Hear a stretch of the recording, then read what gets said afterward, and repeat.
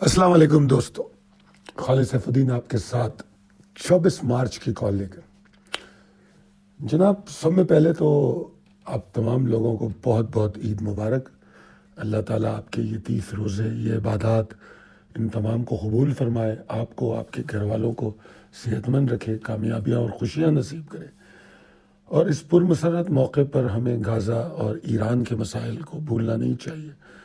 اللہ تعالیٰ آسانی کرے اور مسلمانوں کو اس ظلم سے نجات دے اور امہ پر پوری رحم فرمائے، اور ہمیں یہ سمجھ اور طاقت دے کہ ہم اپنے پیروں پہ کھڑے ہو سکیں، غلامی کے دور سے باہر آ سکیں۔ اللہ تعالیٰ بہتر جاننے والا ہے، اور بے شک ہم مایوس نہیں ہوں گے۔ اللہ تعالیٰ نے ہمارے لیے کچھ اچھا سوچ رکھا ہوگا۔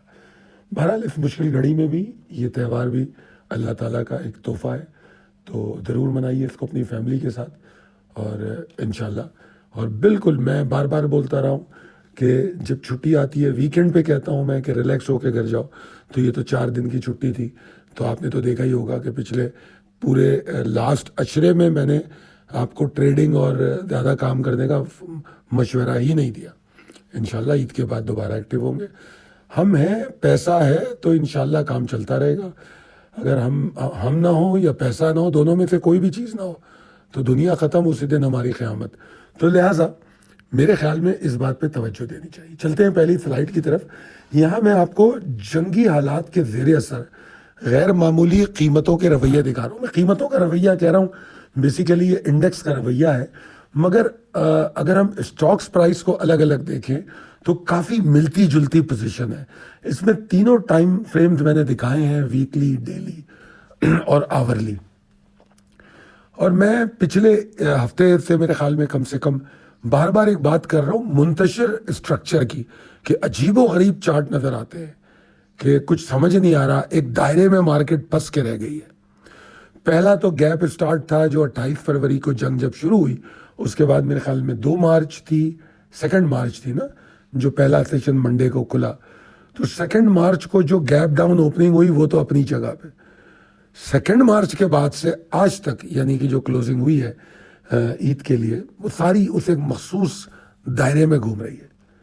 اگر اس کو ہم میگنیفائی کریں، ان 3 ویکس کو، جو 3 ہفتے گزرے ہیں اس جنگ کے، تو آپ ڈیلی میں دیکھ سکتے ہیں۔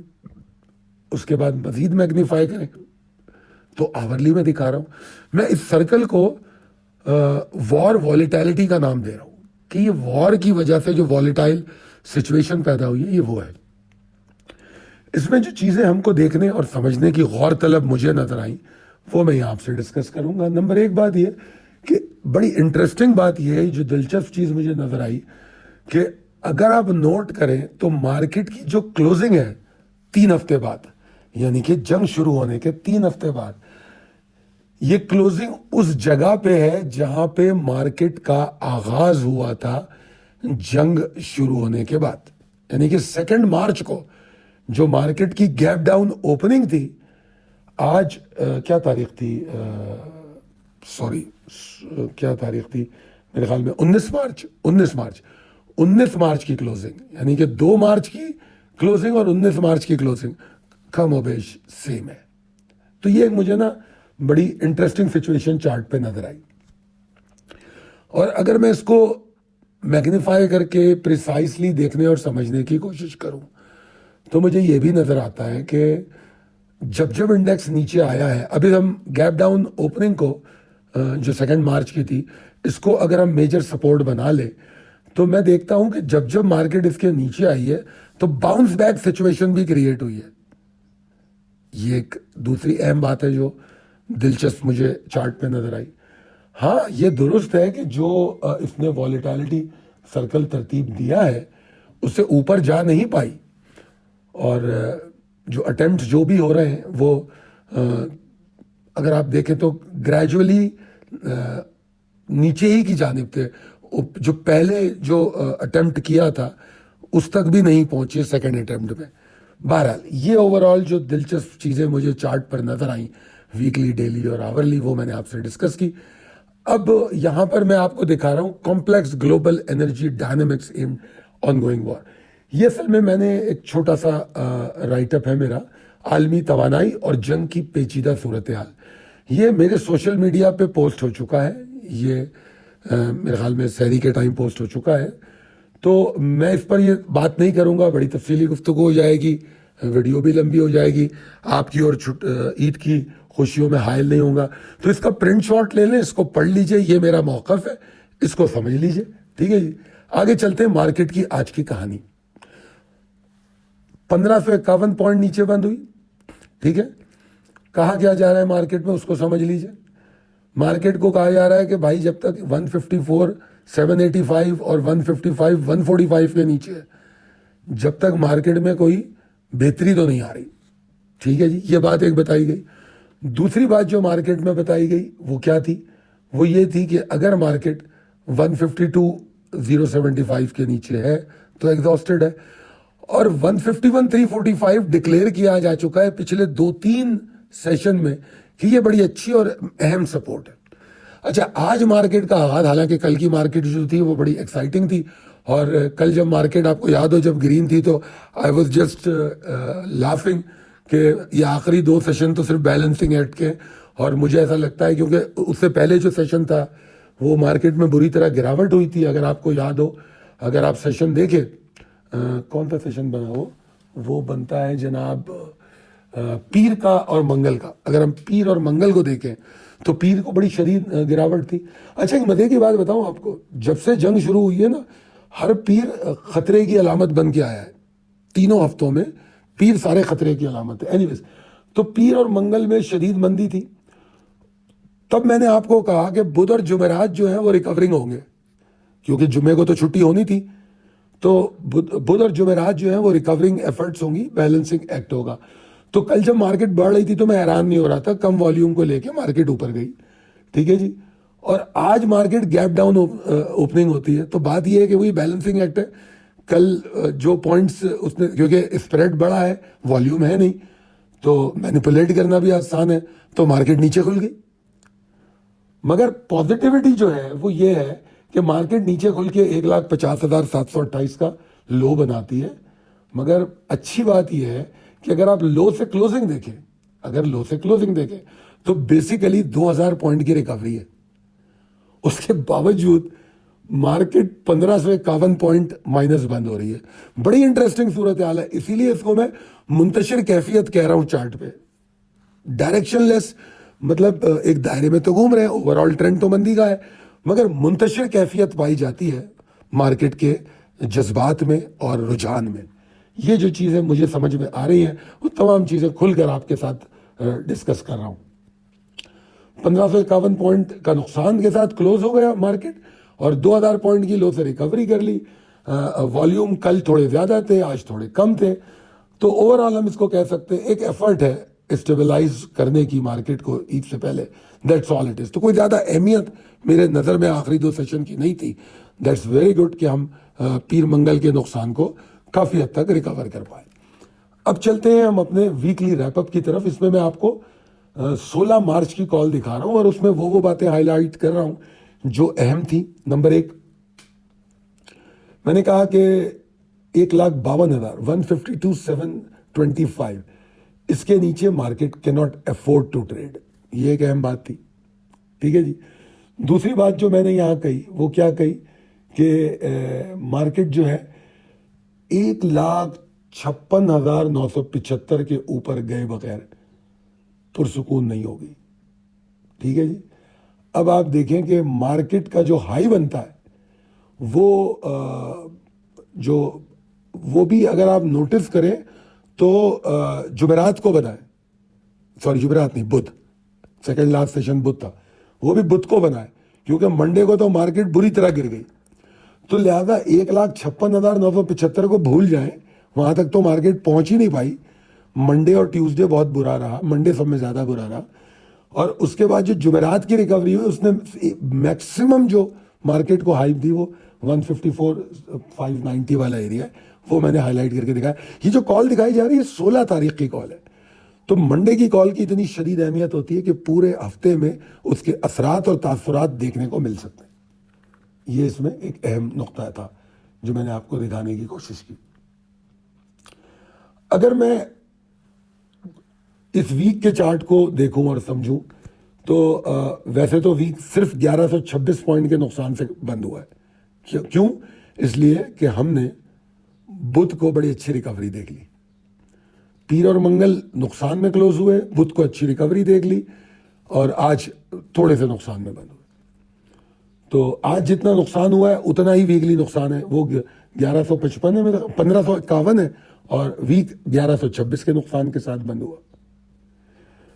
اس کے باوجود ہفتے کا جو ہائی اینڈ لو کا فرق ہے وہ 6175 پوائنٹ کا ہے, جو مارکیٹ کی والیٹیلٹی یعنی اتار چڑھاؤ پر پوائنٹ کرتا ہے. اور ایک چیز جو میں محسوس کر رہا ہوں, ہو سکتا ہے آپ اس سے متفق نہ ہو, مارکیٹ نے ان 3 ہفتوں میں جو جنگی حالات کے پیش نظر جو دباؤ مارکیٹ میں آیا ہے اس کو ایبزارب کرنے کی, جذب کرنے کی کوشش کی ہے. یہ ایک میری انسائٹ ہے, اور میں یہ سمجھتا ہوں کہ یہ بھی جزوی وقتی ہے یا ریلیٹڈ ہے کہ مزید کوئی ایسکلیشن یا کوئی پرابلم عید کی چھٹیوں میں کوئی مصیبت نہ آئے. ٹھیک ہے نا. والیوم پہ اس ہفتے میں چونکہ 4 سیشن تھے تو والیوم کمپیریزن ویک کا تو نہیں ہو سکتا, مگر اگر ایوریج ڈیلی والیوم دیکھا جائے تو اس ہفتے کم تھا, کوئی حیرانی کی بات نہیں ہے. آخری اشرے میں والیوم کے کم ہونے کا ہم پہلے سے ڈسکشن کرتے ہوئے آ رہے ہیں, تو 32% ایوریج ڈیلی والیوم اس ہفتے میں کم تھا. اچھی بات یہ ہے کہ غیر ملکی سرمایہ کاروں کی جو سیلنگ ہے اس میں کمی آ رہی ہے so far in the month of March. فروری کے مہینے میں ڈیزاسٹرس سیلنگ تھی فورن انویسٹرز کی, وہ جو نمبر ہے وہ ڈکلائن ہے تو ابھی بھی سیلنگ, مگر بہت فرق پڑا ہے. تو یہ ایک تھوڑی سی بہتری نظر آئی. اور دوسری جانب اگر میں دیکھوں مقامی انویسٹر جو ہے, مقامی لوکل سرمایہ دار یا انویسٹر, ان کی سرگرمیاں جو ہیں وہ ٹارگیٹڈ ایکیومولیشن ان کی نظر آ رہی ہے, بڑی منتخب قسم کی بائنگ ان کی نظر آ رہی ہے. اگر پورے ہفتے کا جائزہ لیا جائے تو بے شک منڈے جس طرح میں نے کہا شدید سیلنگ ہوئی, ایگریسو, تھوڑا پینک ہوا. اس کے بعد جو بیلنسنگ ایکٹ باقی 3 سیشنز میں نظر آیا وہ اس میں سمجھتا ہوں کہ ٹارگیٹ بائنگ کا بھی موقع ملا.